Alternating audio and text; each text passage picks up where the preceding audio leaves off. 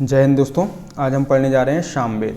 दोस्तों हमारे वेद कितने होते हैं? 4। ऋग्वेद, सामवेद, यजुर्वेद और अथर्ववेद। सबसे पहले बात आती है दोस्तों ऋग्वेद की। तो दोस्तों ऋग्वेद का जो वीडियो है पहले ही अपलोड कर चुके हैं। जो भी स्टूडेंट इस वीडियो को देख रहा है यदि उसे ऋग्वेद पढ़ना है अच्छे से तो उसे इस वीडियो के डिस्क्रिप्शन बॉक्स में ऋग्वेद की जो है लिंक मिल जाएगी, वहाँ से आप ऋग्वेद को बड़ी आसानी से समझ सकते हैं। चलिए तो यहाँ पर सामवेद की बात करते हैं। तो दोस्तों सामवेद का जो अर्थ होता है वो क्या होता है? गायन होता है। और गायन से ही याद रखेंगे दोस्तों, भारतीय संगीत का जनक किसे माना जाता है? सामवेद को माना जाता है।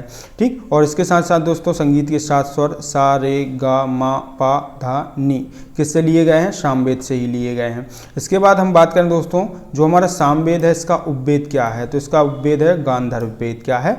गांधर्व वेद। अब इसके बाद बात करें दोस्तों सामवेद के उपवेद गांधर्व वेद की रचना किसने की है? तो दोस्तों इसकी रचना की है भरत मुनि ने। किसने की है इसकी रचना? भरत मुनि ने की है। चलिए इसके बाद हम बात करें दोस्तों सामवेद के जो ब्राह्मण ग्रंथ हैं वो कौन कौन से हैं? तो इसके 2 ब्राह्मण ग्रंथ हैं दोस्तों। पहला कौन सा है? पंचविश और दूसरा जैमिनी है। इसके बाद बात करें दोस्तों सामवेद के आरण्यक क्या हैं? तो सामवेद के जो आरण्यक हैं दोस्तों 2 हैं, छांदोग्य और जैमिनी है। इसके बाद हम बात करें दोस्तों कि सामवेद के उपनिषद कौन कौन से हैं दोस्तों? तो सामवेद के उपनिषद भी 2 हैं दोस्तों। कौन कौन से?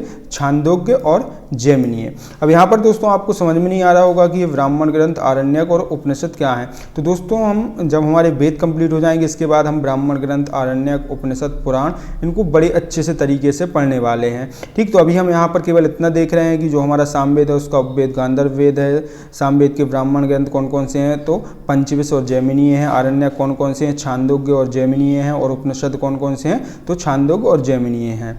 चलिए इसके बाद हम बात करें दोस्तों जो हमारा सामवेद है तो सामवेद का पाठ करने वाला ब्राह्मण या पुरोहित क्या कहलाता है? उद्गाता कहलाता है। ठीक। क्वेश्चन बनता है दोस्तों सामवेद का पाठ करने वाला पुरोहित या ब्राह्मण को क्या कहा जाता है? तो उसे क्या कहा जाता है? उद्गाता कहा जाता है।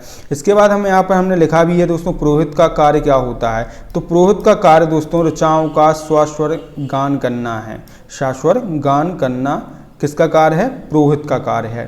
ठीक। इसके बाद हम बात करें दोस्तों किसको भारतीय संगीत का जनक माना जाता है? तो सामवेद को भारतीय संगीत का जनक माना जाता है।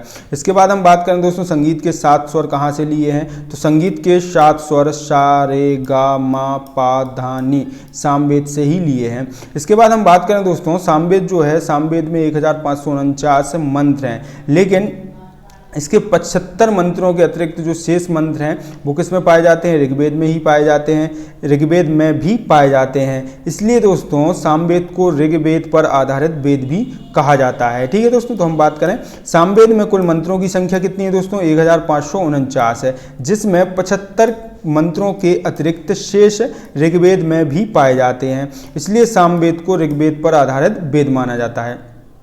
चलिए इसके बाद हम बात करें दोस्तों सामवेद की कुल कितनी शाखाएं हैं? तो सामवेद की कुल 1000 शाखाएं हैं। कितनी है? कुल 1000 शाखाएं, जिनमें से जो 3 शाखाएं हैं वो अभी भी मिलती हैं। जैसे हम बात करें दोस्तों इस समय सामवेद की 3 शाखाएं कौन कौन सी हैं दोस्तों? कौथुमीय शाखा, राणायनीय शाखा और जैमिनीय शाखाएं। ये 3 शाखाएं अभी भी मिलती हैं सामवेद की। चलिए इसके बाद हम बात करें दोस्तों जो सामवेद में मंत्र हैं उसमें से अधिकांश मंत्र किसके लिए समर्पित हैं? तो वो सूर्य स्तुति के लिए समर्पित हैं। ठीक। तो सामवेद के अधिकांश मंत्र सूर्य स्तुति से संबंधित हैं। इसके बाद हम बात करें दोस्तों जो सामवेद का उपनिषद है, कौन सा उपनिषद? छांदोग्य उपनिषद। इसे उपनिषदों में सबसे प्राचीन उपनिषद माना जाता है। ठीक। इसमें किस किस की चर्चा है? तो दोस्तों इसमें देवकीपुत्र कृष्ण की चर्चा है, इसमें उद्दालक ब्राह्मणी संवाद की चर्चा है और इसमें अहम तत्वमसी का भी वर्णन मिलता है। ठीक। तो सामवेद के छांदोग्य उपनिषद को सबसे प्राचीन उपनिषद माना जाता है। ठीक। इसके बाद बात करें दोस्तों जो छांदोग्य उपनिषद है इसमें देवकीपुत्र कृष्ण की चर्चा है। इसके बाद हम बात करें दोस्तों जो हमारा छांदोग्य उपनिषद है इसमें उद्दालक ब्राह्मणी संवाद भी मिलता है। इसके बाद हम बात करें दोस्तों कि छंदोग्य उपनिषद जो है इसमें अहम तत्वमसी का भी वर्णन मिलता है। तो दोस्तों इसी प्रकार आपको हमारे पढ़ाने का तरीका अच्छा लगता है तो हमारे चैनल को सब्सक्राइब करें, साथ ही साथ हमारे वीडियो पर लाइक करें, कमेंट्स करें और उसको शेयर करना ना भूलें।